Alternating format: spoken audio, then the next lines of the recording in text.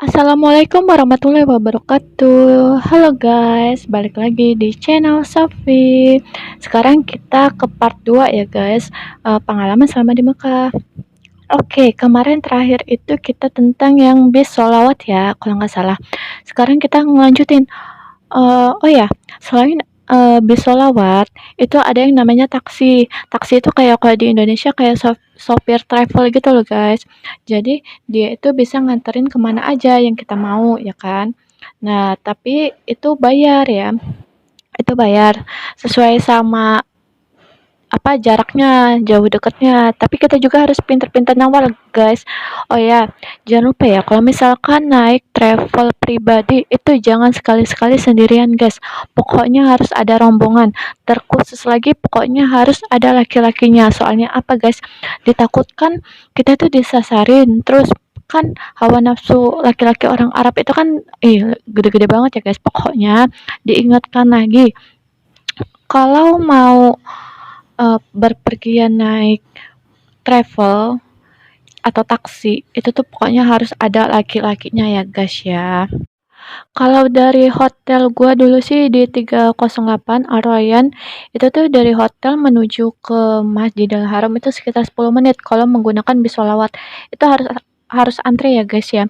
Soalnya yang mau naik itu rame. Jadi pokoknya di sana itu banyak-banyak melatih kesabaran. Jangan sekali-kali marah, jangan sekali-kali mengucapkan kata-kata jelek atau kata-kata kotor. Karena itu kita akan apa ya guys ya, akan dapat imbalannya sendiri gitu loh. Pokoknya di sana itu banyak sabar, banyak berbuat baik, banyak beribadah ya, harus ikhlas.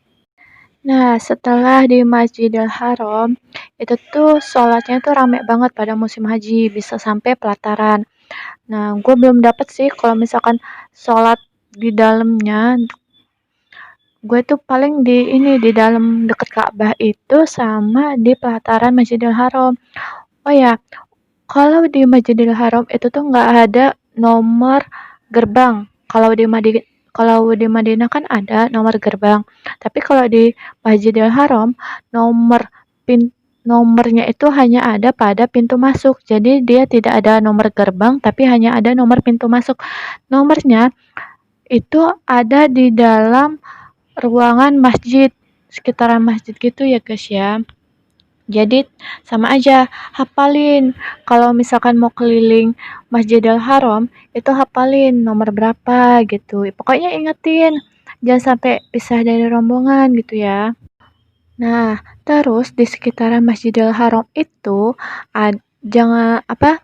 Ada banyak air zam-zam dari Sabang sampai Merauke istilahnya. Pokoknya setiap sudut itu ada yang namanya air zam-zam. Itu asli guys, asli air zam-zam.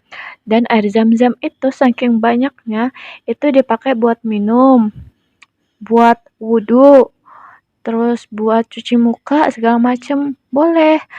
Airnya itu seger banget guys, pokoknya seger banget, nikmat banget pokoknya.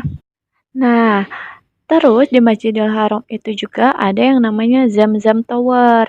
Zam-Zam Tower itu adalah menara yang ada jamnya itu loh guys, yang terkenal itu. Di dalam Zam-Zam Tower itu terdapat pusat perbelanjaan kayak mall gitu guys. Jadi di sana juga ada mall, ada kak, pokoknya ada makanan-makanan deh. Terus juga ada makanan Indonesia loh, jangan khawatir. Nah, kalau di Zam-Zam Tower itu kan di samping-sampingnya juga ada bangunan-bangunan tinggi tuh. Itu juga terdapat hotel, tapi hotelnya itu ditempatin sama orang-orang khusus gitu atau orang-orang kaya. Soalnya bayarannya juga mahal di situ. Kalau minap di situ, view-nya bagus banget guys, bisa langsung lihat Ka'bah. Terus di dalam Masjidil Haram itu ada yang namanya Ka'bah. Nah, di situ kita tuh tawaf. Tawaf di Ka'bah. Terus juga jangan khawatir, di sana itu banyak banget ini ya guys, Al-Quran. Jadi kalau misalkan lupa dari hotel yang nggak bawa Al-Quran, di sana itu banyak, banyak banget Al-Quran buat dibaca. Nah, di sekitaran Masjidil Haram juga itu ada yang namanya Pasar Seng atau pusat perbelanjaan ya guys. Pasar Seng ada, terus yang jualan makanan banyak. Jangan khawatir kalau misalkan masalah bahasa, di sana itu para pedagang para pedagang Arab itu jago-jago bahasa Indonesia. Terus jangan sungkan-sungkan juga nawar, oke? Kalau gue kemarin pada tahun 2019 gue itu ini guys, ikut apa namanya, eee, ikut yayasan. Jadi, yayasan itu banyak banget rombongannya, jadi kita itu bisa dibawa kemana aja. Itu sih kalau untungnya ikut yayasan, jadi kita tuh kemana mana bareng. Terus bisa apa namanya, ke jalan-jalan ke apa namanya, bisa ke Jabal Rahmah, terus ke tempat Al-Quran. Oh ya guys, jadi gini, kemarin kita itu jalan-jalan ke tempat percetakan Al-Quran. Jadi subhanallah banget, yang biasa Al-Quran yang di dalam-dalam masjid itu, kita itu langsung mengunjungi, langsung ngelihat langsung gitu loh, pusat percetakannya. Ternyata tuh rapi banget semuanya tuh, ya Allah bersih, rapi, terus dijaga. Pokoknya bagus banget deh tempat percetakan Al-Quran.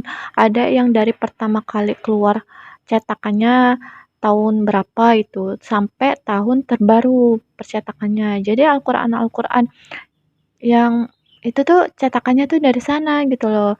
Terus, setelah mengunjungi percetakan itu, kita itu akan dibagikan satu persatu, satu orang satu Al-Quran. Alhamdulillah bagus banget. Jadi ada tuh di rumah ini Al-Quran asli cetakan Arab dari pabriknya langsung. Terus, apa namanya, setelah dari situ kita juga mengunjungi tempat pembuatan ini kain penutup Ka'bah itu loh guys, yang warna hitam. Nah, ternyata orang-orang yang membuat kain itu nggak sembarangan loh guys. Itu tuh syaratnya itu harus hafal Al-Quran, terus pembacaannya harus bener. Jadi nggak sembarangan orang yang buatin kiswah itu. Pokoknya kain kiswah itu diganti 1 tahun sekali. Digantinya pas saat musim haji telah tiba. Jadi pas waktu jamaah haji itu berangkat ke Arafah, nah pada saat itulah kain kiswah itu diganti. Dan kainnya itu nggak sembarangan dibuatnya. Pokoknya harus orang yang benar-benar suci, orang yang harus benar-benar hafal Al-Quran, terjaga pokoknya. Terus bisa juga di Masjidil Haram itu ada yang namanya sumur, sumur tempat air Zam-Zam itu. Pokoknya nanti kita ke sana juga. Di sana pusatnya air Zam-Zam, sumbernya gitu loh, guys. Terus juga nanti kita itu ke museum, museum pokoknya tempat-tempat sejarahnya Ka'bah gitu-gitu loh, guys. Terus habis itu kita juga berangkat ke Laut Merah. Nah, gue kira ya Laut Merah itu merah, ternyata biasa aja gitu loh. Nah, di Laut Merah itu ada yang namanya Masjid Terapung. Masjid Terapung, terus ada air mancur, air air mancur tertinggi di mana gitu ya kalau nggak salah. Itu adanya di Jeddah. Laut Merah dan Masjid Terapung itu adanya di Jeddah. Nah, di Jeddah ini merupakan pusat produksinya gitu loh guys. Kalau misalkan kayak di Indonesia gitu. Indonesia itu kayak pusat produksinya itu pabrik-pabriknya tuh kayak ada sekitaran di Tangerang, terus Serang gitu-gitu loh guys. Pokoknya pusat otomotifnya itu, pusat produksinya itu di Jeddah kalau di Arab mah. Jadi di Arab itu ininya bersih banget di Jeddah. Bersih banget kan. Nah, di Jeddah itu kotanya tuh sedikit lebih maju.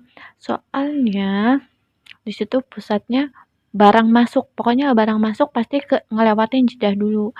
Jadi di sana itu banyak mall, banyak pusat perbelanjaan, terus banyak kafe-kafe. Jangan salah guys, orang Arab juga itu tuh bisa nongkrong, nongkrong gitu di pinggir jalan. Kalau misalkan di Bandar Lampung mah kayak di Pahoman gitu-gitu, kayak di Sukarame. Tapi tempat nongkrongannya elit-elit guys. Nah di situ di Jeddah. Jadi di Jeddah itu banyak orang campuran dari penjuru dunia. Kalau yang kerja di Arab itu banyak. Makanya di sana itu banyak juga bisa nemuin makanan-makanan Indonesia kayak bakso ada, sate ada, gitu. Nah guys, kalau di Jeddah itu nggak semuanya itu penduduknya orang Muslim. Di situ juga ada orang Yahudi, ada orang kok Yahudi sih? Apa sih kayak orang Kristen gitu-gitu. Ada. Pokoknya agama di Jeddah itu campuran. Kalau di Mekah dan Madinah itu kan mayoritas Muslim, 100% Muslim. Tapi kalau di Jeddah itu campuran. Nah, di Jeddah itu juga selain Laut Merah, selain Masjid Terapung, di situ juga ada makamnya si Hawa, makamnya Hawa. Itu panjang guys, 25 meter. Aduh, gua aja ngedengernya dari waktu tour guide itu nggak kebayang 25 meter. Nah, jadi karena waktu itu gua dan rombongan nyampenya udah malam di makamnya Siti Hawa, jadi kita itu mendoakannya atau ziarahnya itu cuman di depan gerbangnya doang, di dalam bis. Kita kirimin Al-Fatihah bareng-bareng. Oh, ternyata di Jeddah itu ada makamnya Siti Hawa gitu. Terus dari mengunjungi makamnya Siti Hawa, kita lanjut ke tempat Kisos. Kisos itu adalah tempat pemotongan anggota tubuh manusia apabila manusia tersebut melakukan kesalahan. Jadi, dipotong guys, benar-benar. Kalau ada yang korupsi, kalau ada yang mencuri atau memperkosa segala macam, itu ada hukumannya kisos. Bahkan nyampe sekarang pun itu masih ada. Kisos itu di situ tuh berupa masjid. Nah, di pelataran masjid itu terdapat tempat pemotongan. Nah, dipotong guys, dipotong sama algozonya. Di situ algozonya itu ada 2 orang apa ya, badannya itu besar-besar. Jadi, kisos itu dilakukan setiap hari Jumat.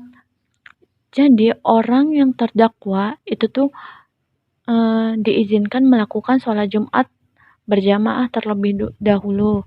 Nah, setelah sholat Jumat berjamaah, barulah terdakwa itu dikisos. Dan wajib ditonton oleh masyarakat sekitar. Jadi setiap ada kisos pasti ditonton sama orang-orang masyarakat sekitar Jeddah itu.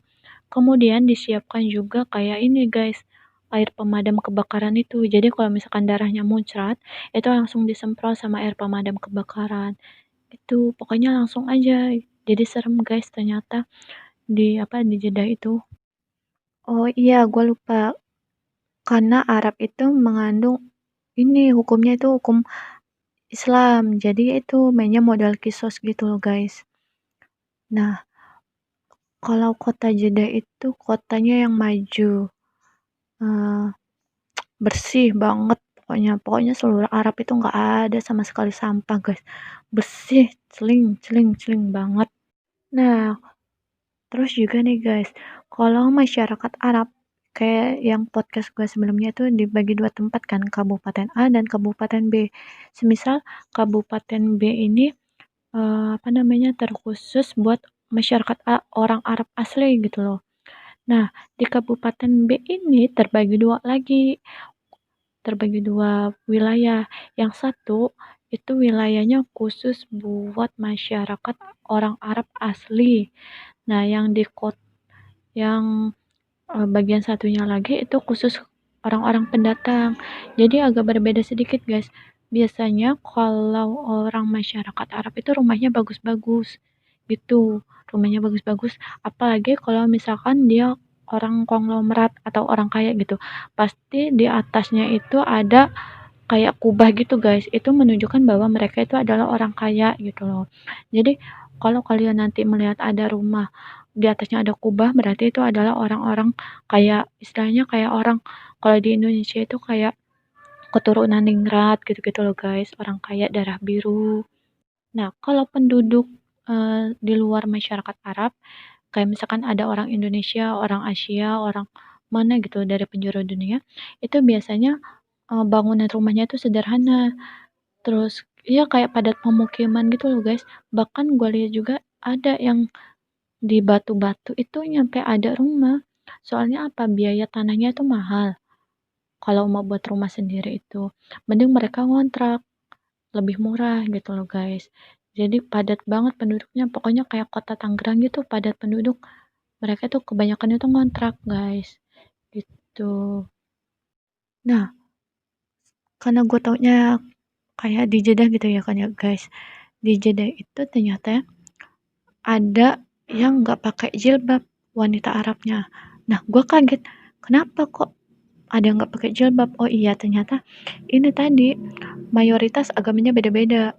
Kayak gue tuh ya, waktu selesai sholat di masjid terapung, itu tuh pas waktu di pintu keluarnya itu ada apa namanya, wanita atau cewek apa masih gadis gitu ya, nggak pakai jilbab. Terus gue tanya, kenapa nggak pakai jilbab? Terus dia jawab, saya Yahudi. Oh, oke, kata gue kan kayak gitu. Yahudi, Yahudi itu apa? Pokoknya intinya agamanya bukan Islam lah gitu, gue tahu. Ya banyak sih. Pokoknya di Jeddah itu ya pergaulannya juga bahkan ada yang bebas gitu. Oke guys, gua rasa cukup dulu ya pengalaman gua di Mekah part 2. Nanti gua akan melanjutkan ke tata cara ibadah haji dan umroh.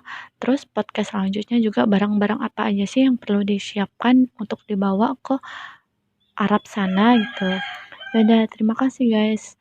Jangan lupa like, comment, and subscribe. Assalamualaikum warahmatullahi wabarakatuh.